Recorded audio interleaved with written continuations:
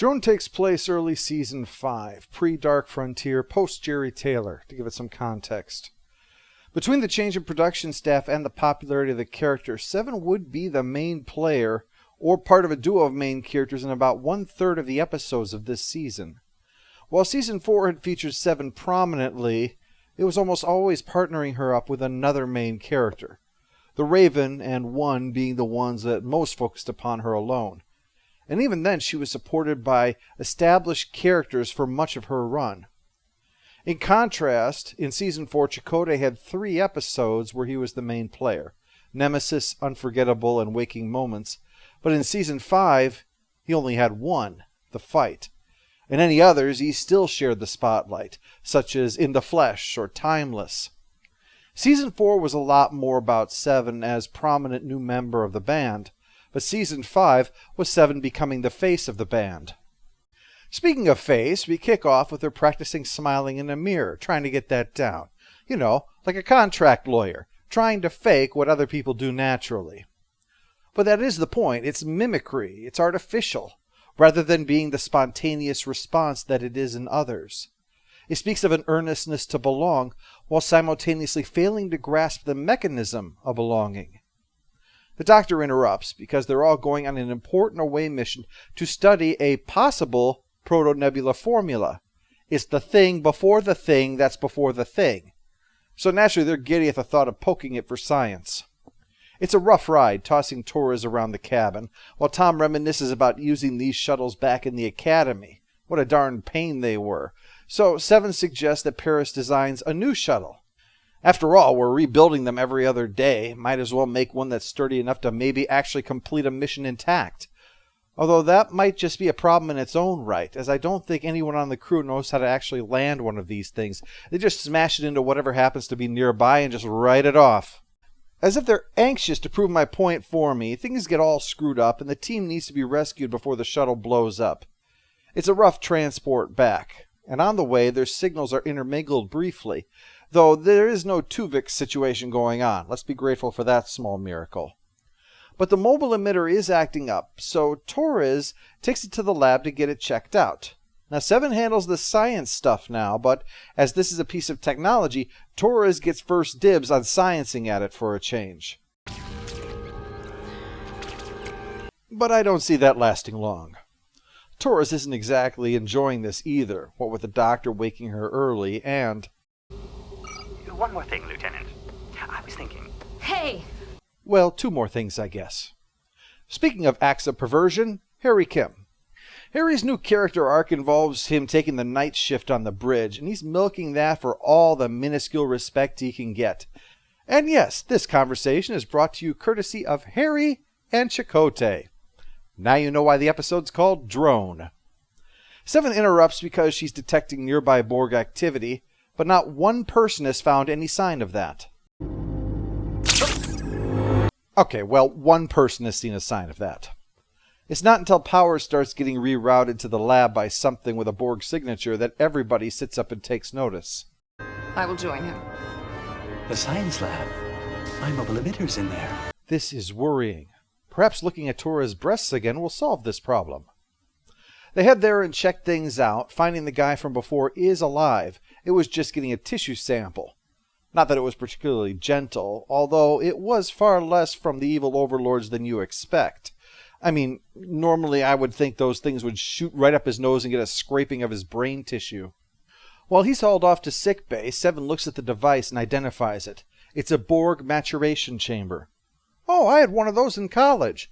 No time. Maturation chamber. Oh, sorry, I must have misheard you. The chamber is growing a Borg drone using the tissue sample and the technology from the mobile emitter. To Tuvok's shock, Janeway decides that they're going to let it grow to full maturity, on the grounds that, hell yes, this is some seriously great science. I want to see who wins if he fights a giant spider. They examine the growing drone, leading to some rather dubious reasoning here. If the technology of the mobile emitter is from half a millennium in the future, then the drone would be a 29th century Borg. Now, some of it makes sense, like the armor used in the technology, or the force field that's part of the holographic technology. It uses lights and force fields, makes sense. But other things, like having a transporter built into it, That's starting to get rather dubious.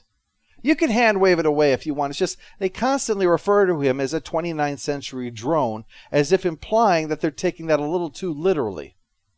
Anyway, the doctor has grave news. The mobile emitter has been integrated to work with the drone's central nervous system, and it is impossible to remove it. Which is a point where I have to definitely throw a flag on the play. I mean, not that it's not plausible. I just think it's narratively a mistake, because it tells us that that drone is going to die. They didn't introduce this new technology in Season 3 and expand the capabilities of the Doctor in participating with the show just so they can get rid of it in Season 5. And what's worse is that the story gains nothing from this move. There's one brief discussion about it later, and that's the end of it. You're left just waiting for the moment the drone dies and the Doctor fetches an ice cream scoop to get his mobile emitter back. Anyway, Seven tells Janeway just how powerful this is, and that there's a rapidly closing window if they want to kill it. But Janeway wants to keep it, presumably in a jar with holes poked in the top. So Seven is going to be in charge of the drone. State our designation. Designation is irrelevant. You are not part of the collective. You are an individual. You will receive your instructions from me. Insufficient. You must comply. Let's all go to the lobby. Let's all go to the lobby. Let's all go to the lobby to get ourselves a treat. Insufficient. It's like Siri and Alexa had an argument. The drone's responses are programmed. It doesn't understand what I'm saying. I must initiate a direct neural interface. Are you sure that's wise? That's a question that really should have been asked at every stage of this mission. So Seven lets it in, but the drone is drawing too much and overwhelms her. And even shooting it does nothing. It has a force field.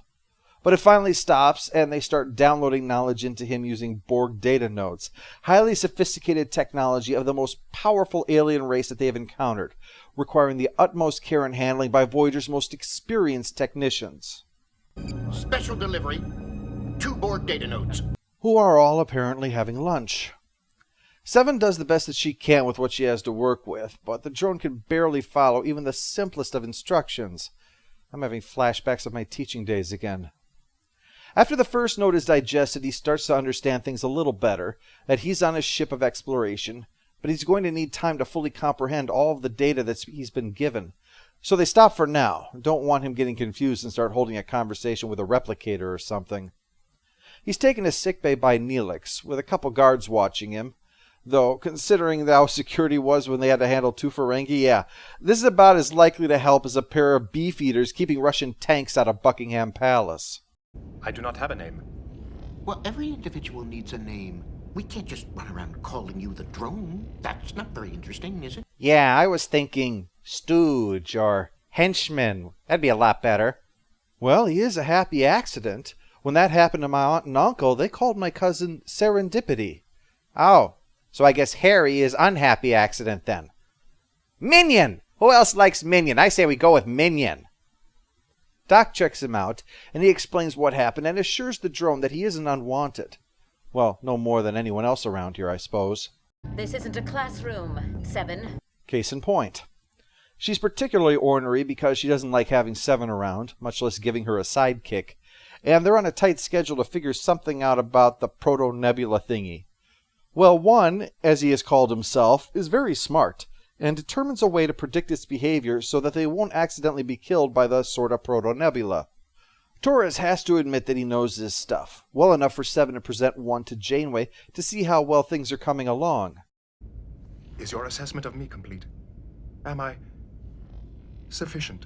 If so, you'd be the first. Now, I'm looking for a weapon that could turn enemy ships into nachos. I want you to get on that right away.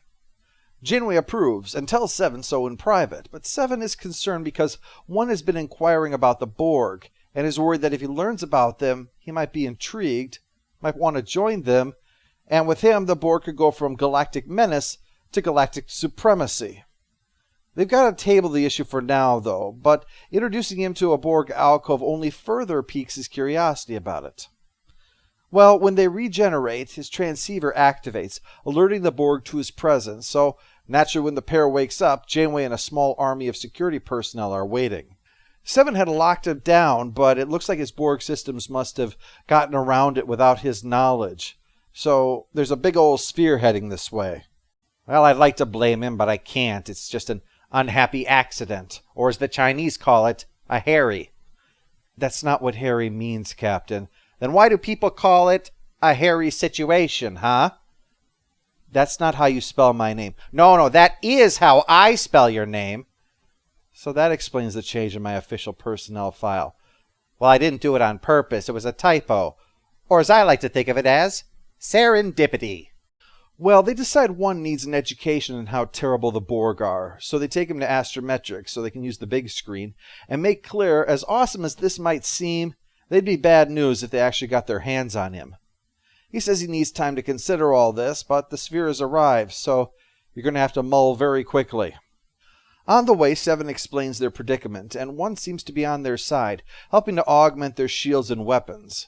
But instead of whiz-bang, they never saw us coming ass-whooping like you'd expect with the enhanced equipment on Voyager.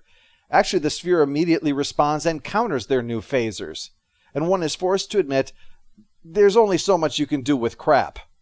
So one decides to beam himself over to the sphere, take control, and fly it into the sort of proto-nebula, where it crumples like tinfoil, ending the threat. Though, sadly, at the cost... I'm reading a life sign in the debris. Oh, come the fuck on. Alright, fine, we'll go with it. There's only a few minutes left anyway. And the doctor still needs to get his ice cream scoop out. They do say that one will die without immediate surgery as a small concession of logic, so the doctor leaps into action. Here, look at this. It will help. What is it?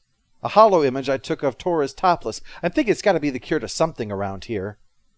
But one knows that the Borg are intent on pursuing him, and eventually they might succeed.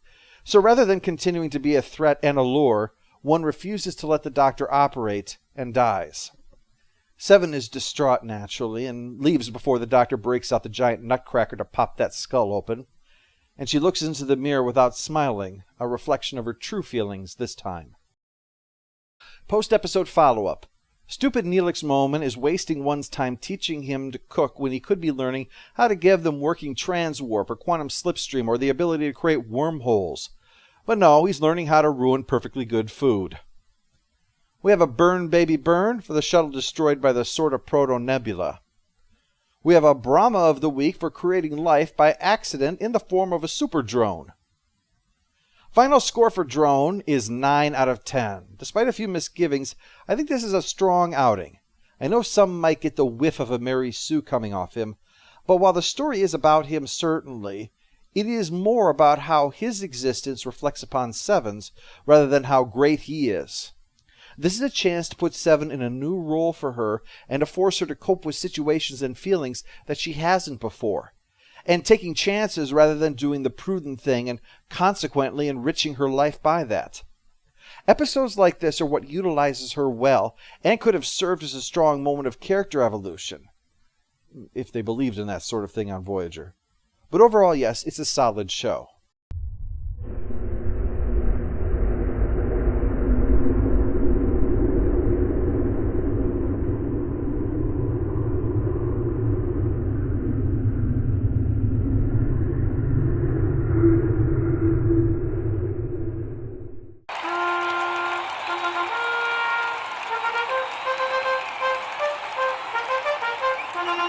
All hail the Overlord! All hail the Overlord!